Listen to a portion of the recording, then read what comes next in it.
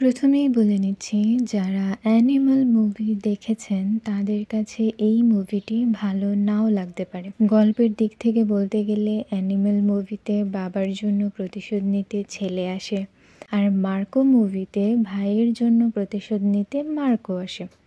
এতটুকুই তফাৎ। ভায়োলেন্সের কথা বলতে গেলে এমন ভায়োলেন্স শুধুমাত্র সাইকো থ্রিলার জনরার মুভিগুলোতেই দেখা যায়। সবার অভিনয় যথেষ্ট ভালো ছিল, সিনেমাটোগ্রাফিও দুর্দান্ত।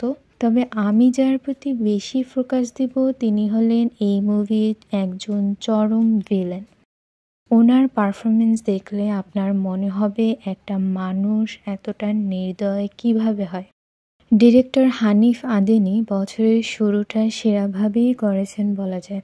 সব শেষে আপনার যদি রোম্যান্স, কমেডি, ড্রামা এমন মুভি দেখতে ভালো লাগে তবে এই মুভি আপনার দেখার জন্য উপযুক্ত নয়।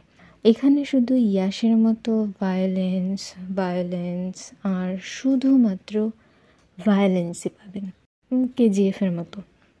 যাই হোক, মার্কো মুভি দেখে আপনার কেমন লাগলো জানাবেন কিন্তু।